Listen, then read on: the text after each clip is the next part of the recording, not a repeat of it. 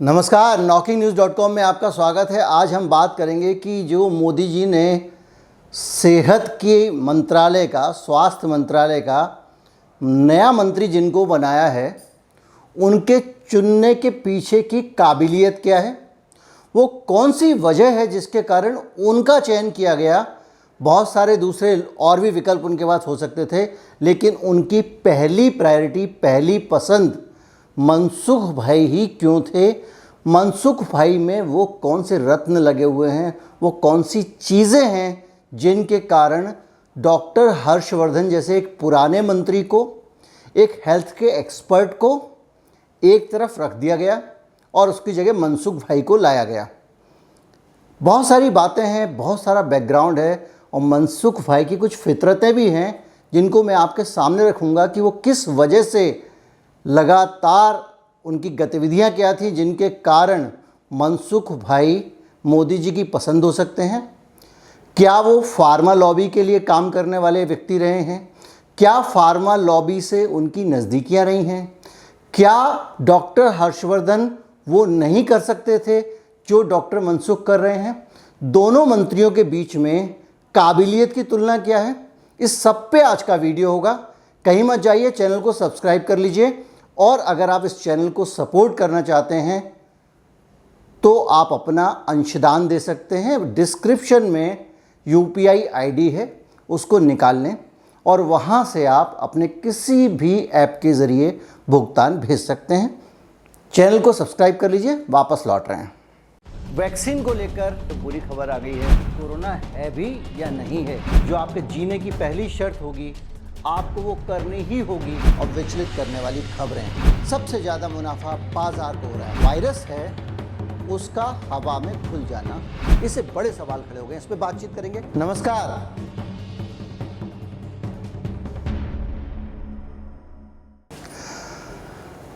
मनसुख भाई मंडाविया का जो आपसे परिचय है अभी तक, वो इन रोचक ट्वीट्स के कारण है जो 2-4 दिन में लोगों ने खोज कर निकाली हैं और आपके सामने रखी हैं।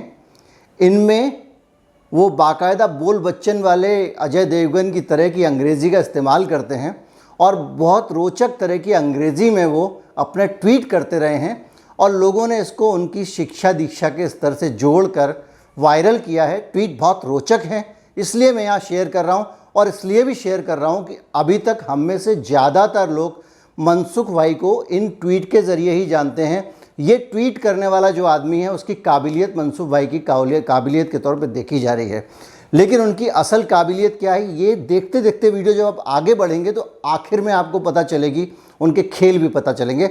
सबसे पहले मैं आपको बताता हूँ कि मनसुख भाई की अपनी एक काबिलियत, जो सचमुच की काबिलियत है, वो क्या है, उनका क्या बैकग्राउंड है। मनसुख भाई की पहली बैकग्राउंड, वो मोदी जी के फेवरेट हैं। मोदी जी उनको बहुत पसंद करते हैं और शायद यही वजह है कि सबसे ऊपर जाकर उनको प्राथमिकता मिली स्वास्थ्य मंत्री के तौर पे। मनसुख भाई का विज्ञान से जो कनेक्शन है वो सिर्फ इतना सा है कि वो साइंस के नाम पे पॉलिटिकल साइंस से ग्रेजुएट हैं, पोस्ट ग्रेजुएट हैं पॉलिटिकल साइंस से। भावनगर में वो 20 साल की उम्र में एबीवीपी के कार्यकर्ता बन गए थे। इसके अलावा उनको पार्टी का अध्यक्ष वध्यक्ष बहुत सारी जिम्मेदारियाँ दी गई थी। ये उनका शिक्षा दीक्षा का उस वक़्त का स्तर है। मतलब जब उन्होंने पॉलिटिकल साइंस से एमए किया होगा तब भी वो कॉलेज में नेतागिरी ज़्यादा करते थे, पढ़ाई कम करते थे। ये उनका पढ़ाई का बैकग्राउंड है। इसके बाद आते हैं उनके पॉलिटिकल बैकग्राउंड का और उन्होंने क्या क्या जिम्मेदारियां संभाली हैं, उनका अनुभव क्या है, इसका मिलान करेंगे डॉक्टर हर्षवर्धन के साथ में। तो वो उनका अनुभव जो है अगर आप देखें तो उनको मोदी जी संयुक्त राष्ट्र में भेज चुके हैं इस काबिलियत के साथ में। 2030 एजेंडा ऑफ सस्टेनेबल डेवलपमेंट पर बोलने के लिए इन ट्वीट वाले और उस काबिलियत वाले मनसुख भाई मोदी जी की कृपा से संयुक्त राष्ट्र में बोल चुके हैं। ये उनका अनुभव है। गुजरात एग्रो इंडस्ट्री कॉरपोरेशन के चेयरमैन रह चुके हैं, एग्रो इंडस्ट्री कॉरपोरेशन के चेयरमैन रह चुके हैं और उनको अक्सर वो वाले डिपार्टमेंट और काम दिए जाते हैं जो मोदी जी के मित्रों का, जहाँ पे बताते हैं मित्रता मोदी जी की रही है, उन जगहों के काम दिए जाते हैं। और वो शिपिंग मिनिस्ट्री और केमिकल फर्टिलाइज़र मिनिस्ट्री में थे, इससे पहले स्टेट मिनिस्टर थे। और वहाँ पे वो लगातार उनकी जो विजिट वहाँ होती रहती थी अडानी, कच्छ में अडानी पोर्ट पे, और जाते वाते रहते थे। मैं आपको फ़ोटो भी शेयर कर रहा हूँ, उनका अपना ट्वीट है, मैं अपनी तरफ से कोई फ़ोटो या फ़ोटोशॉप, एक तो लोग हर चीज़ को नकली बोलने लगते हैं। भाई नकली होता है, उसको पहचानना चाहिए। मुझे भी नकली पसंद नहीं है, लेकिन कम से कम थोड़ी जांच तो कर लें। ये जो है उनका अपना ट्वीट है, इसलिए इसके नकली होने के कोई चांसेस नहीं है।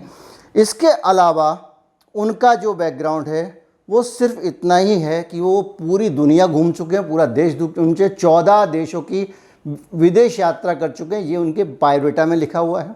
और देश के कई हिस्सों में जाकर वो अलग अलग जगहों पे जहाँ जहाँ उनको जो काम पड़ता रहा है उसके ज़रिए जाते रहे हैं। अब मैं उनसे डॉक्टर हर्षवर्धन की काबिलियत की तुलना करता हूँ। तो एक तो वो डॉक्टर हैं, पीजी डॉक्टर हैं, एमएस हैं, और वो जो है वो नाक कान गला विशेषज्ञ हैं। इसके अलावा उनका जो परिचय है वो वर्ल्ड हेल्थ ऑर्गेनाइजेशन के एग्जीक्यूटिव बोर्ड के चेयरमैन हैं। स्वास्थ्य मंत्री बने पहली बार 1993 में। तो डॉक्टर हर्षवर्धन ने सबसे पहले पायलट प्रोजेक्ट के तौर पे हिंदुस्तान में दिल्ली में ही पल्स पोलियो अभियान में टीकाकरण शुरू किया था। उससे प्रभावित होकर यूनिसेफ ने इस प्रोजेक्ट को फंड किया और पूरे देश में एक पल्स पोलियो अभियान चलाया गया। और अब भारत अगर पोलियो मुक्त है तो उसमें बहुत बड़ा योगदान डॉक्टर हर्षवर्धन का है। दिल्ली में एक कानून लेकर आए, सख्त कानून, सार्वजनिक स्थल पे सिगरेट पीने पे रोक लगाई गई, 18 साल से छोटे बच्चों को बीड़ी सिगरेट बेचने पर रोक लगाई गई। ये कानून भी सबसे पहले डॉक्टर हर्षवर्धन लेकर आए थे। ये उनका बैकग्राउंड है। डॉक्टर हर्षवर्धन की नाकाबिलियत क्या है ये बाद के हिस्से में बताऊंगा, जबकि मनसुख भाई की काबिलियत की बात होगी, क्योंकि दोनों मिलती जुलती हैं। उसके कारण उनको हटा दिया गया स्वास्थ्य मंत्री पद से। मोदी जी ने 6 महीने उनको केवल स्वास्थ्य मंत्री रखा, उसके बाद अपने खास जेपी नड्डा को लगा दिया। और 2019 में जब दोबारा मोदी जी जीत के आए तो दोबारा से डॉक्टर हर्षवर्धन को स्वास्थ्य मंत्री बनाया गया। मनसुख भाई की खास काबिलियत के बारे में अभी और भी चीज़ें आने वाली हैं, लेकिन उससे पहले मैं आपको बता दूं कि स्वास्थ्य मंत्री का पद इस हिंदुस्तान में कितना महत्वपूर्ण होता है, इसका अंदाज़ा आप इससे लगा लीजिए। मैं आपको डॉक्टर हर्षवर्धन की जब काबिलियतें बता रहा हूँ तो कुछ चीज़ें बताना नहीं भूलूंगा कि बाबा रामदेव की दवा वो बेचने के लिए पहुँच गए थे। एक जगह ऊट पटांग झूठा बयान दिया उन्होंने, जिसमें उन्होंने स्टीफन हॉकिंस के किसी वैज्ञानिक सिद्धांत को सीधे बोल दिया कि ये वेदों से आया, उसको लेके कारण की उसकी बहुत जगहसाई हुई, और भी बहुत सारे काम किए। इसलिए ये ना समझा जाए कि डॉक्टर हर्षवर्धन को मैं 100 में से 100 नंबर दे रहा हूँ, लेकिन फिर भी मनसुख भाई से जब आप तुलना करते हैं तो डॉक्टर हर्षवर्धन के इस योगदान को समझना पड़ेगा, और ये भी समझना पड़ेगा कि वो किस महत्वपूर्ण मंत्रालय को संभाल रहे हैं। वो मंत्रालय है स्वास्थ्य मंत्रालय, जिस पे देश के कई प्रधानमंत्री रहे हैं। स्वास्थ्य मंत्री चंद्रशेखर स्वास्थ्य मंत्री रहे हैं, पीवी नरसिंह राव देश के स्वास्थ्य मंत्री रहे हैं, आई के गुजराल स्वास्थ्य मंत्री रहे हैं, इसके अलावा मोरारजी देसाई स्वास्थ्य मंत्री रहे हैं। इतने बड़े बड़े लोगों ने स्वास्थ्य मंत्री के पद को देश के सुशोभित किया है।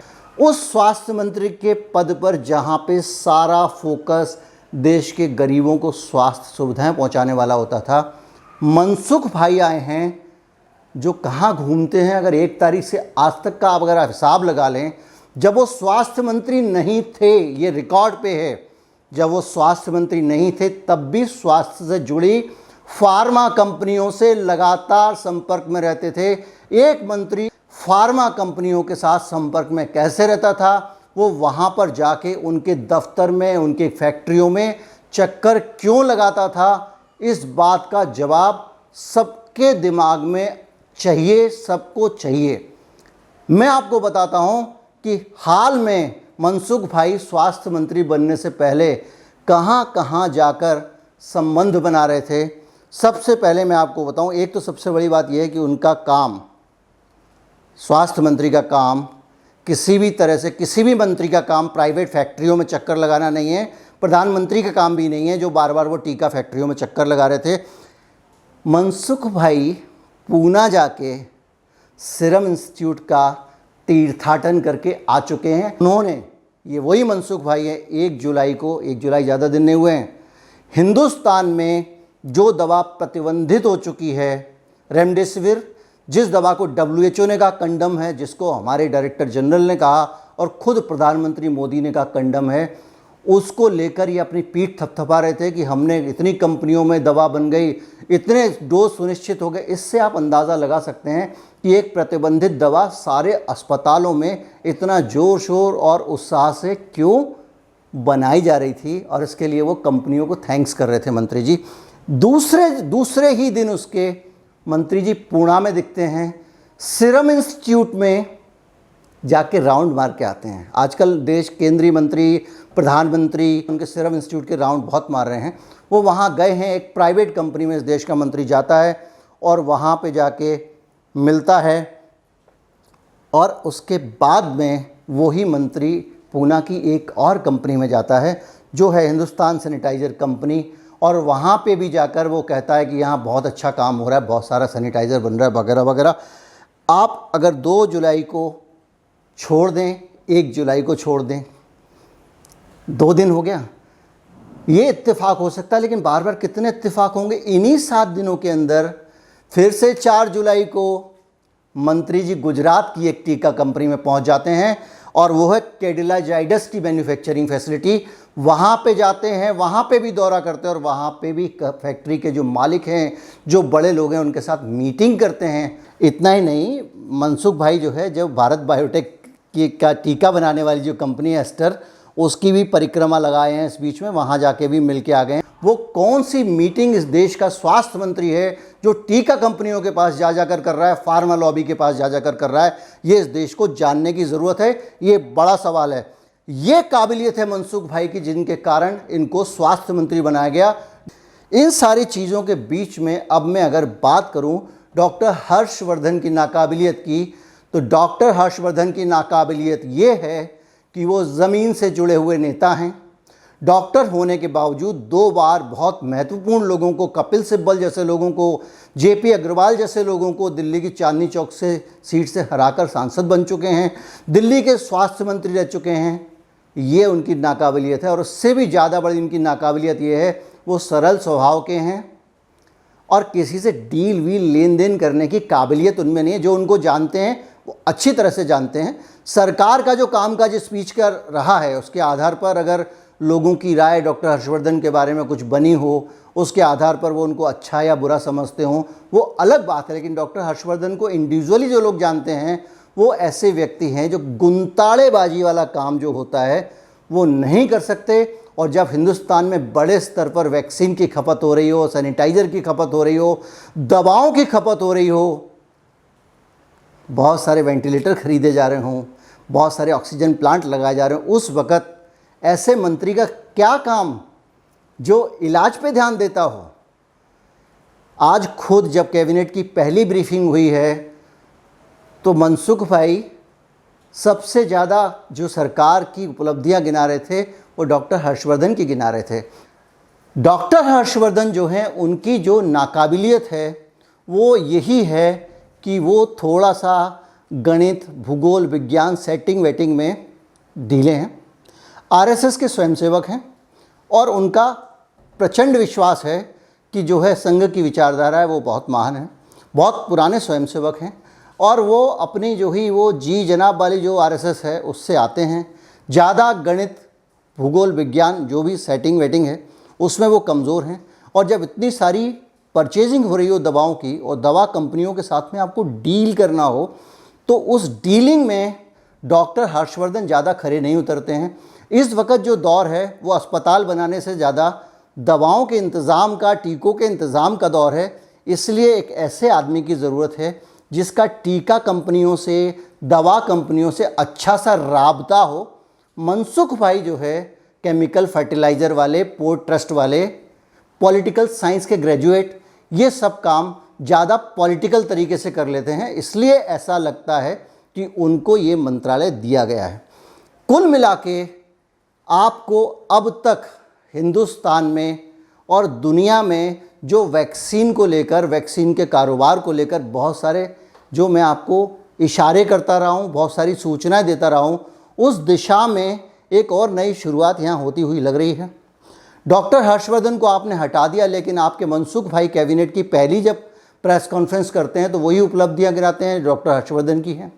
वो बताते हैं कितना पैसा अस्पताल बनाने में खर्च हुआ, वो बताते हैं कितना पैसा जो है आईसीयू बनाने में खर्च हुआ, कितना पैसा। वो ये नहीं बताते कि दवा कंपनियों का जो है वो अब, लेकिन ये पूरा गणित बदल जाएगा, क्योंकि अब आप इससे अंदाज़ा लगाइए कि जो है वो हमारे जो नए स्वास्थ्य मंत्री हैं उनकी दवा कंपनियों के साथ में किस प्रकार का संबंध है। और दूसरा सबसे बड़ा सवाल, जो सीरियस सवाल है, वो ये पूछा जाने वाला है कि जो आदमी स्वास्थ्य मंत्री नहीं है वो स्वास्थ्य मंत्री बनने से पहले दवा कंपनियों को राउंड क्यों लगा रहा है।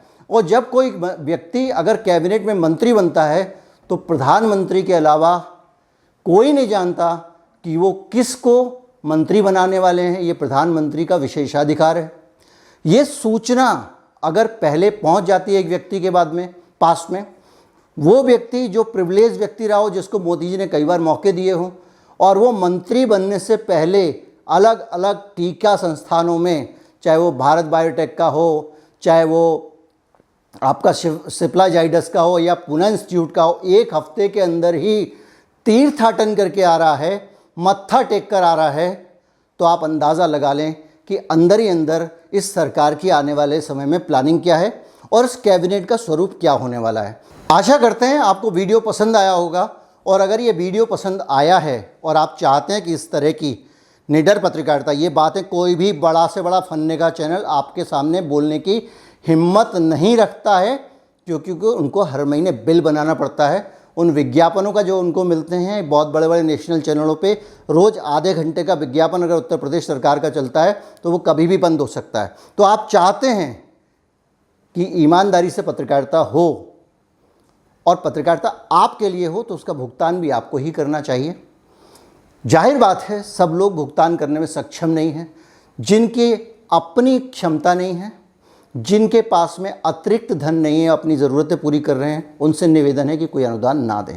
लेकिन बाकी लोग अगर वो अपने पास से कुछ पैसे स्पेयर कर सकते हैं तो हमारा UPI ID है कमेंट में, वहाँ आएँ और अपनी किसी भी ऐप के ज़रिए भुगतान करें।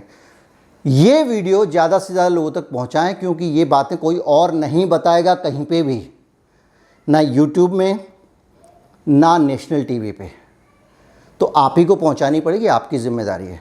नमस्कार, जय हिंद।